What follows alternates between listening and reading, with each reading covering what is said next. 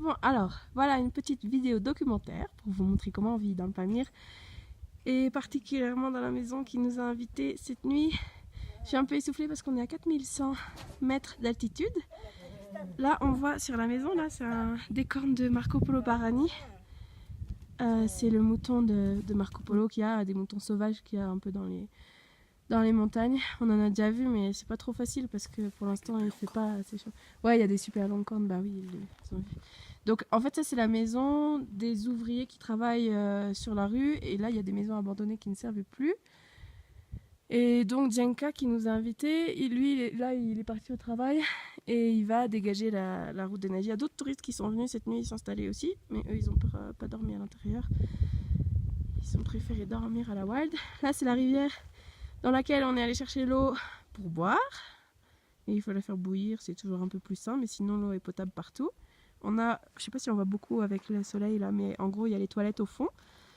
Il y a une autre maison, une petite cabane abandonnée. Et on va faire un petit tour dans la maison pour voir comment ça se passe.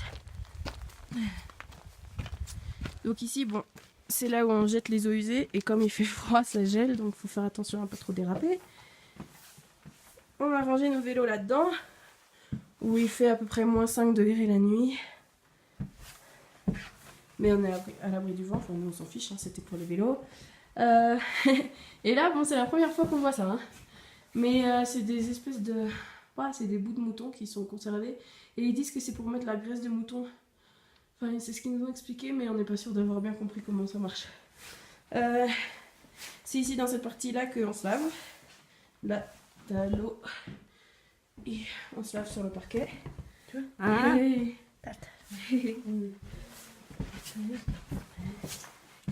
Et là, on va entrer dans la partie résidentielle. Donc, on enlève les chaussures pour pas avoir à tout nettoyer. Là, nous, on a dormi ici avec James, où il fait un peu moins chaud. C'est la deuxième pièce, quoi. C'est là qu'il sert de garde-manger, je pense. Enfin, oui, c'est sûr. Il y a du lait de yak en réserve, il y a du sucre, il y a de l'huile, du thé. Il y a le pain qui reste ici aussi. Il y a plein de pains et ils ont des pains briochés, un peu les Kirghizes, parce que c'est...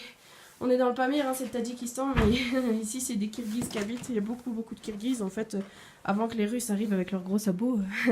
Ici c'était le Kyrgyzstan. Et donc voilà la pièce à vivre. On a un peshka au milieu, c'est un four avec un poêle. Là, la zonlade vient d'arriver, ça c'est pour les chiens, ouais. Sabaka, sabaka, ça veut dire chien en russe. Et donc ça c'est de la bouillie avec des restes et de la farine et de l'eau. Ici on fait le feu.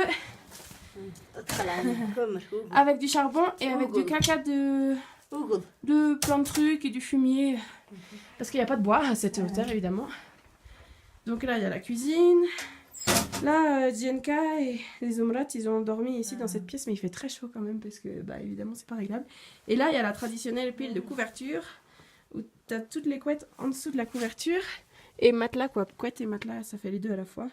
Et c'est ici qu'on peut accueillir plein de personnes quoi. Et voilà. Bah, je pense qu'on a fait le tour. Ah oui, si. Et en fait, avant, enfin dans beaucoup de maisons, le four, il est entre les deux pièces pour chauffer deux pièces à la fois. Mais là, maintenant, le four, il sert plus qu'ici. Enfin, le poêle et le four. Ici, on peut faire cuire du pain. Et le reste, toute la manger, c'est là. Et il y a des tonnes de petites bouilloires pour faire de l'eau, pour se laver. Et en fait, ils ont tout le temps un peu de l'eau en continu, quoi. Pour se laver, pour faire du thé. Et pour faire la vaisselle, etc.